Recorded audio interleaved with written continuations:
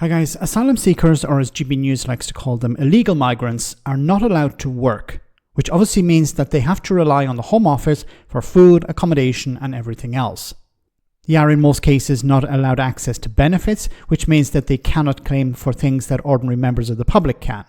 Asylum seekers are not allowed to roam the countryside, and they're not allowed to leave the country unless they have permission from the Home Office. Now, Patrick Christys of GB News either doesn't know this or is pretending not to, and frankly, I don't know which is worse. Here is the astonishing list of taxpayer-funded freebies that we give to illegal immigrants and asylum seekers. Now, when he talks about illegal immigrants, because who is he talking about here? Because if there are people who are in the country illegally, then they should be deported. If they have overstayed their visa, they have to be deported. That's separate from asylum seekers, but I think what he's doing here is he's mixing the two. In Scotland, it looks like asylum seekers are about to be given free bus passes again. They obviously all get free hotel accommodation at a cost of around £5 million a day to... They're not hotels. They cease to be hotels when they're converted into asylum seeker accommodation. They don't have menus. They don't have gyms. They don't have saunas. They don't have the staff that you'd normally have in a hotel. They're not hotels. They cease to be hotels when they're converted into asylum seeker accommodation. For you, the taxpayer, some of those hotels are 4-star. They're not 4-star. Can someone please point to a 4-star hotel that asylum seekers are in? There is no such a thing. In those hotels, they get free heating, their water bills are paid, they get free food and usually a free television as well. Because they can't work. They're not allowed to work. I'm advocating for asylum seekers to be allowed to work. If they're not allowed to work and they can't access the benefit system, then what are they supposed to pay all these things with? The Home Office says you're not allowed to take up paid employment. So you have to stay in this accommodation. Most people don't want to stay in this type of accommodation. They would prefer to be working. They would prefer to be contributing. They would prefer to have their own home. But they're not allowed this. The Home Office say you're not allowed to work. You're not allowed to access benefits. So when you complain about them having free heating and free water and free TV and free electricity, they don't want this. They would prefer to be working. Asylum seekers won't pay any bills for a TV licence or anything else, of course. If they're not in a hotel, then they're entitled to a house or a flat, which they also get for free. The government's own website... Okay, but once again, how are they supposed to pay for it if they're not allowed to work?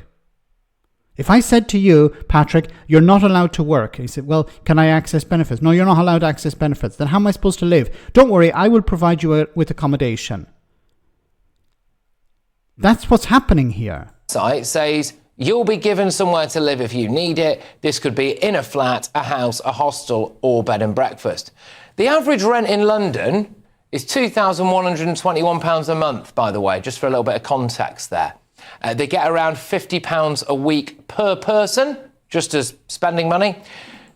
Like £50 a week?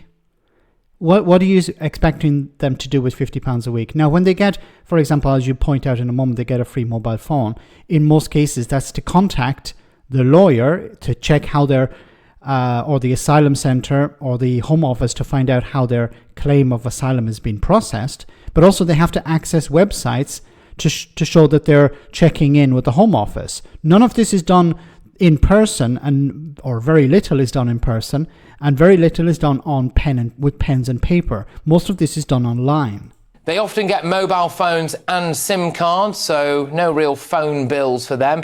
Legal costs. You pay for them to lodge an asylum application. Once again, they're not allowed to work. If they can't work, how are they supposed to pay for stuff?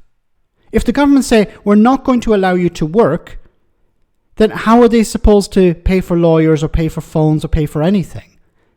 You pay the salaries of the public sector workers who judge their case. You pay for their numerous appeals. You pay again for the people who decide their appeals. Roughly about £35 million a year is spent on legal aid, although I think it's quite likely that the true cost is much higher. If they've got kids, well, of course, then you're paying for them to go to school. Once again, if you're not allowing them to work, then you have to pay for them to go to school. Aren't you, as well? Healthcare. Illegal migrants can use the NHS. In fact, on the Bibby Stockholm barge, which was closed for being too inhumane, they had a doctor on site. A doctor is the NHS. Now, if they're not able to access benefits and they're not able to work and they get sick, what do you want them to do?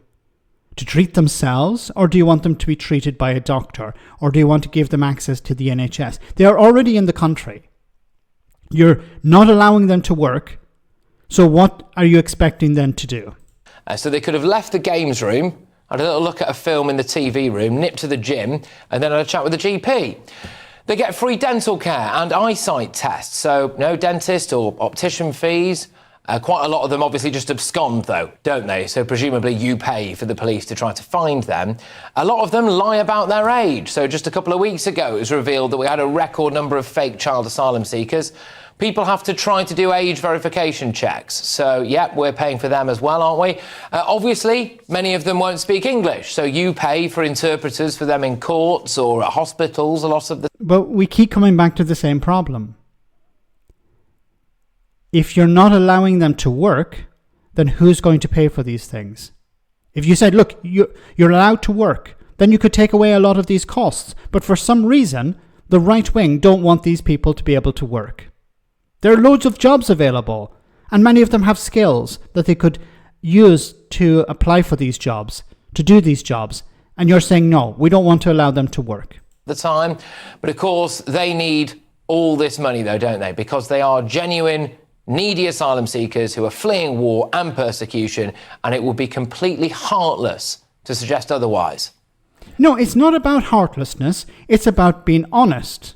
If you're saying to them, we're not going to allow you to work, and they say, we want to work, and we say, no, you're not allowed to work, then how are they supposed to live?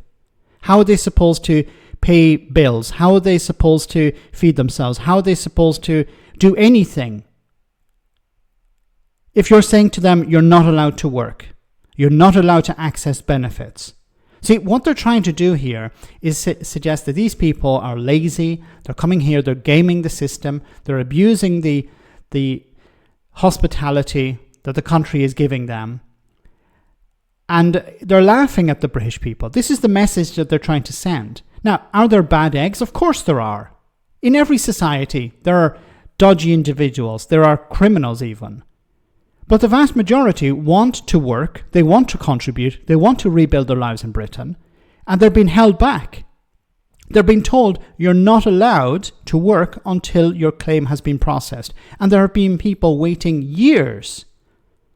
Some guy was waiting 17 years to have his claim processed. In that time, he's not allowed to work. Was he working? I don't know. Maybe he was doing some work in the black economy. He'd be criticised for that as well, of course. If he was found out, he'd be arrested and probably deported.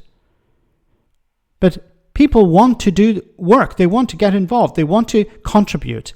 And what we're hearing from the right wing is that, well, they're just a waste on society. Let me know in the comment section, guys, what you think. As always, your comments are greatly appreciated. Thanks a lot.